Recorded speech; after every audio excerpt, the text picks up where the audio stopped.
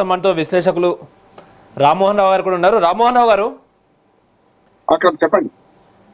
ఏం సార్ ఈ ప్రతి 2 రోజులకు ఒకసారి ట్రంప్ రావడము, ఏదో తన నోటికి వచ్చినట్టు ఒక ప్రకటన చేయడము, దానికి మళ్ళీ ప్రపంచ దేశాలన్నీ వణికిపోవడము, ఇదే కంటిన్యూ ఒక సిరీస్ లా ముందుకు వెళ్తున్నట్లు ఉంది. అసలు అతని ఏ ఉద్దేశం ఉంది, అతని మైండ్ లో ఏ విధమైనటువంటి ప్లానింగ్ ఉందంటే ఏం చెప్పుకోవచ్చు? 2 నిమిషాలు మాట్లాడుకోవాలి. మళ్ళీ చర్చలు సంతకాలు ఆడక ముందే మళ్ళీ యుద్ధం మొదలు కావడం, దీనికి ప్రధాన కారణం అమెరికా అంటున్నారు. ఎందుకంటే ఇరాన్ తమ దాడి చేసిందని చూపిస్తుంది. చూపించి ఏం చేసిందంటే ఇరాన్ తమ ఓడ మీద దాడి చేసి చూపించి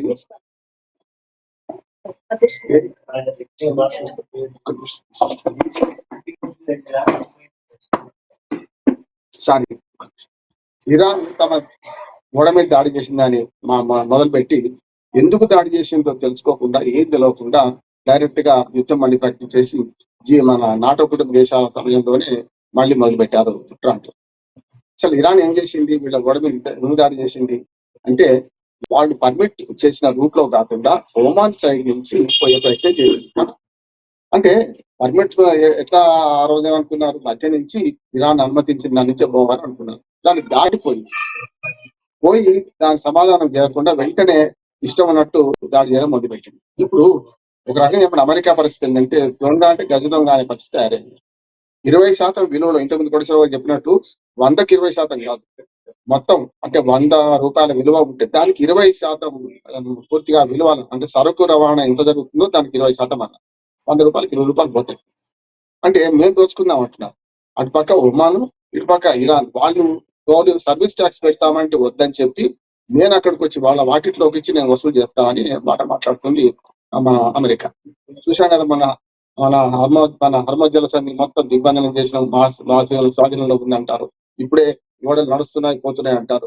ట్రంప్ మాటలకు విలువ లేకుండా పోయింది. అందుకని ఇరాన్ 13 మంది మీద వాళ్ళకు ఓ రకంగా చంపేస్తామని చెప్పి మన నుదుటి మీద ఒక గీత గీసేసి బుల్లెట్ చేసేసి ఫస్ట్ ఎవరిని పెట్టింది నెతన్యాహు, తర్వాత ట్రంప్, తర్వాత మనకు అమెరికా విదేశాంగ మంత్రి, అమెరికా రక్షణ మంత్రి, అమెరికా సలహాదారు, అట్లాగే నెతన్యాహు తర్వాత అక్కడ రక్షణ శాఖ మంత్రి, అక్కడ విదేశాంగ శాఖ మంత్రి, దాంతో పాటు యూరోప్ దేశాలకు కూడా కష్టం తీసి పెట్టిండు ఇప్పుడు అమెరికా అధ్యక్షుడు ట్రంప్. చూసాం కదా, అంటే మన ఫ్రాన్స్ అధ్యక్షుడు చంపేస్తామండి ఇమాన్యుయల్, అట్లాగే బ్రిటన్ మన ప్రధానమంత్రిని చంపేస్తామంటున్నారు. ఇట్లా మరొక 5-6 యూరోప్ దేశాల ప్రధానమంత్రులు లేకుంటే రక్షణ శాఖ మంత్రులు ఇట్లా ఉన్నారు. వాళ్ళ పేరు 13 మంది మీద వాళ్ళు డెత్ వారెంటే ఇష్యూ చేసినట్టు లెక్క. దీని అంతటి కారణం ఏంటంటే అమెరికా అధ్యక్షుడి టెంపరితనం, ఏది పడితే అది మాట్లాడటం. సరిగ్గా మనకు ఒప్పందం కుదురుతా అనుకున్నప్పుడు ఓ బాంబు వేసేస్తాడు. బాంబు అంటే మాటల బాంబు మొదలేస్తాడు, తర్వాత అసలైన బాంబులు వేస్తున్నాడు. ఇది పూర్తిగా ఇరాన్ కు వ్యతిరేకంగా చేస్తున్న క్రమంలో ఈ చర్చలు సఫలం అయితే అనుకోవట్లేను. మళ్ళీ మొదటికి వచ్చింది, మళ్ళీ 80 నుంచి 100 దావలకు వచ్చేటుంది తమను సంక్షోభం పెద్ద ఎత్తున ఉంది. కనుక హర్మోజ్ జలసంధిలో తగుదనమ్మా అని నేను వసూలు చేస్తానంటే ఈ దొంగసం వసూలు చేస్తే కదా గతంలో చూసాం మనం. ఏది వెనుజులా స్వాధీనం చేసుకున్నప్పుడు భలే మంచి చౌకబేరం అన్నట్టు 2 ఓడలు రెడీ ఉన్నాయి, దొరికినాయి, మీకు పంపిస్తా ఏమైనా కొనుక్కుంటారని అడిగిన సందర్భం చూసాం మనం. వెనుజులా అధ్యక్షుని అతని భార్యను పట్టుకుపోయి మనకు బందీగా చేసిన తర్వాత కూడా ఈ హర్మోజ్ జలసంధి తెరవడం అనేది మూసేసిన ఇరాన్ అంటే ఏమంటున్నాడు, మూసేలే తెరిచిన అంటున్నాడు. ఇప్పుడు తానే మూసేస్తా అంటున్నాడు. అంటే ఒక మాటకు పొంతం లేకుండా మాట్లాడుతున్నాడు. ప్రపంచ దేశాలను అందరూ సంకటం చేసుకున్నాడు. ఇవాళ 2.5 ఏళ్ళు ఈ అనుభవించాల్సిందే అనే మాట. అమెరికా ఒక్క మాట చెప్పిస్తాను, అమెరికా ఎప్పుడు కూడా వియత్నాం నుంచి ఆఫ్ఘనిస్తాన్, ఇరాక్ కానీ ఏ యుద్ధంలో గెలవలేదు. నెంబర్ 1. రెండోది ఏం చేస్తున్నాడు, తన లాభం లేకుండా ఏ యుద్ధంలో పాల్గొనలేదు అంటున్నాడు.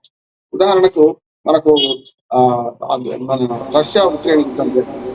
ఉక్రెయిన్ భూభాగం మాకు ఇప్పించాడంటే మన తగు చెప్పు ధర్మరాజు అంటే దుడ్డే భార్య నాది అనేటవాడు.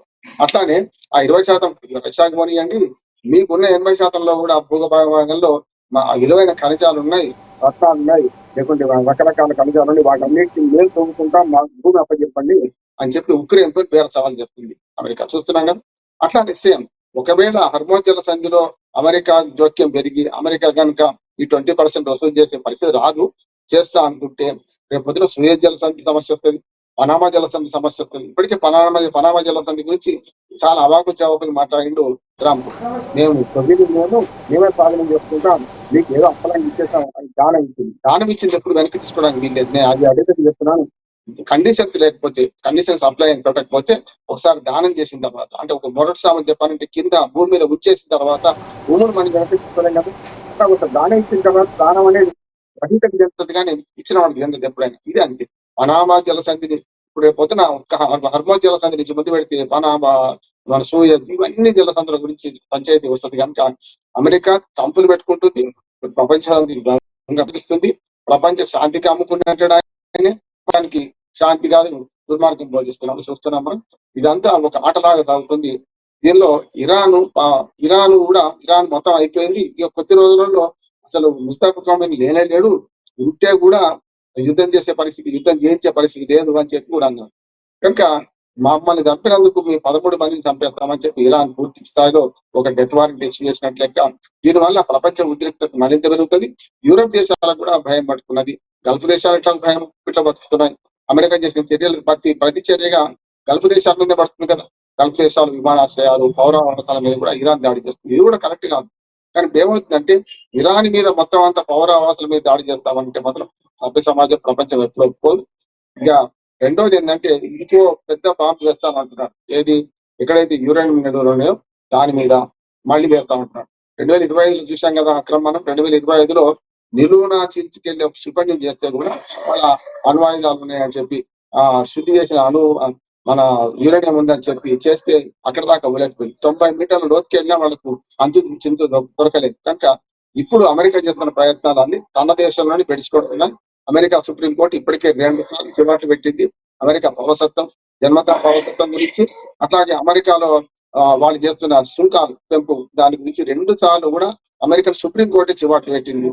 ఇక అంతకంటే ఇంకోటి ఏం లేదు. కనుక ఇంటా బయట అమెరికా అధ్యక్షుడు ఒంటరైపోతూ ఇప్పుడు అడ్డగోలుగా మాట్లాడుతున్నాడు. ఇది ప్రపంచ శాంతికి భంగం కలుగుతుందని అనుకుంటున్నాడు.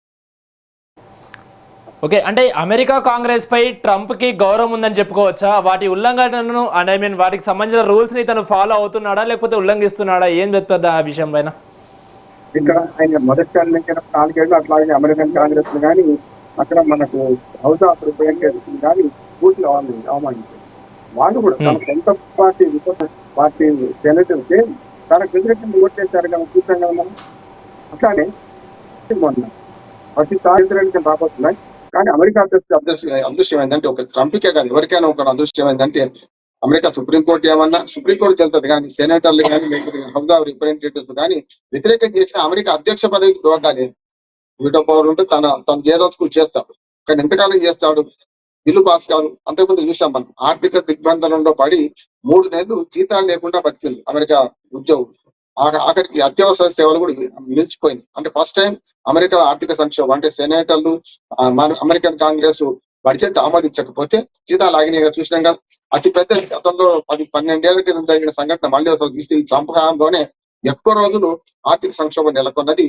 జీతాలు లేని అత్యవసర సర్వీసుల వాళ్ళకి జీతాలు పరిస్థితి వచ్చింది కనుక ఇప్పటికి నెగ్గుతాడు. అంటే అక్కడ ఏం చేసినా ఏమైనా మన కాంగ్రెస్ కానీ లేకపోతే హౌస్ ఆఫ్ రిప్రజెంటేటివ్స్ కానీ సెనేటర్స్ కానీ ఎంత వ్యతిరేకించినా అక్కడ తీర్మానం నెగ్గుతుంది.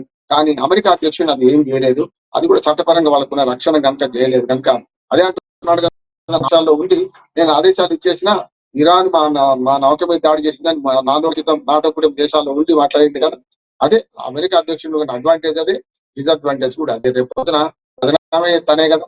మధ్యంతర ఎన్నికల్లో ఓడిపోతారో భయంతో యుద్ధము, కాల్పులు, విరమణ నాటకం ఆడిండ్రు. తన ఒరిజినల్ ఎట్టుపోతుంది అంటే తన అసలైన స్వరూపం ఎట్టుపోతుంది. కనుక ట్రంప్ చేసిన పని దుర్మార్గమైంది. ఇప్పుడు మళ్ళీ ఇరాన్ నాశనం చేస్తామని శపథం చేస్తున్నాడు. ఇరాన్ లో ముస్తాఫా ఖామెనీ చనిపోయిన తర్వాత అంతర్యుద్ధం వస్తేనే మాట్లాడుతున్నారు.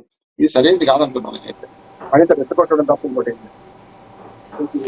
ఓకే, అంటే ఇప్పుడు ఏదైతే ఈ వాణిజ్య నౌకల పైన భద్రత కల్పిస్తాము 20% రుసుము మాకు కట్టండి అని అంటున్నారు. అంటే 20% అంటే నా పరంగా జోక్ అయితే కాదు. ఎందుకనంటే సుమారు ఒక్క నౌకకు 287 కోట్ల వరకు ఉండొచ్చు అంటూ కూడా విశ్లేషకులు చెప్తున్నారు. అంత లెవెల్లో అతను ఎందుకు డిమాండ్ చేస్తున్నాడు? దానికి ధీటుగా ఇరాన్ లేదు, మేము తక్కువ రుసుముకే మేము భద్రత కల్పిస్తామని చెప్తున్నారు. సో ఇందాక కోటేశ్వరరావు గారు కూడా ఎక్స్ప్లెయిన్ చేశారు. ఒకసారి మీ విశ్లేషణ చెప్పండి. ఈ ఇంటర్నేషనల్ డ్రామా అంటే మీరు అంటే ఏదో బేరాలు ఆడినట్టు అనిపిస్తా ఉంది ఈ వాణిజ్య నౌకల భద్రత విషయంలో. అసలు ఆ అంశం ఎలా చూడాలంటారు? అందులో అంతర్జాతీయ జలాలు మధ్యలో ఉన్నాయి. ఇప్పటి వరకు ఎవరు వసూలు చేయలేదు. ఇరాన్ కూడా అంటున్నా ఇప్పటిదాకా వాస్తవంగా వసూలు కాలేదు. ఇరాన్ ఏమంటుంది అంటే మనం రోడ్లలో టోల్ వసూలు చేస్తాం కదా హైవేలలో, అట్లా నేను సర్వీస్ ట్యాక్స్ వసూలు చేస్తా అని. అంటే తగుదనం మాడి అక్కడికి వచ్చి వీలైతే ఒమేన్ మేము పంచుకుంటామనే మాట ఇరాన్ అంటుంది. అది కూడా సరైనది కాదు. కానీ తగుదనమ్మ అక్కడికి వచ్చి నేను వసూలు చేస్తా 20% అంటున్నాడు. సమస్య అది. 287 300 కోట్లు అవుతుంది. అంటే మీరంటే $80 రకంగా అవుతుంది, $100 ఇంటికే పెరుగుతుంది కదా. ఆ నౌకలో విలువైన వస్తువులు ఏముంటాయో ఆ విలువను బట్టి 20% అంటున్నాడు. ఇంకా దుర్మార్గం కదా. అందుకనే తగుదనమ్మ అని తాను ఇందులో ఇచ్చేసి పొత్తుకుంటాం అంటారు. దానికి అమెరికా కనుక ఒకవేళ అక్కడ పొత్తుకుంటే ఒకవేళ అక్కడ చేయదలుచుకుంటే ఇరాన్ ఎట్టి పరిస్థితిలో క్షమించదు, ఇరాన్ ఎప్పుడు అంగీకరించదు కూడా అంటారు. అంగీకరించిన ఒప్పందాలు ఆయన ఏం చేసిన లాభం లేదు అంటున్నాడు. ఆ మాట వరుసకైతే అంటున్నాడు, కానీ అసలు నష్టమే. అసలు నా ఉద్దేశం ఏంటంటే చైనా రష్యా ఈ రెండు ఊరుకుంటాయా మొదలు వస్తువులు మొదలు పెడతాను.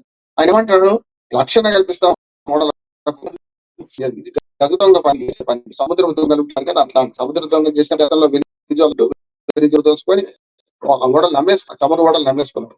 ఇప్పుడు కూడా అంతే అంటున్నాను.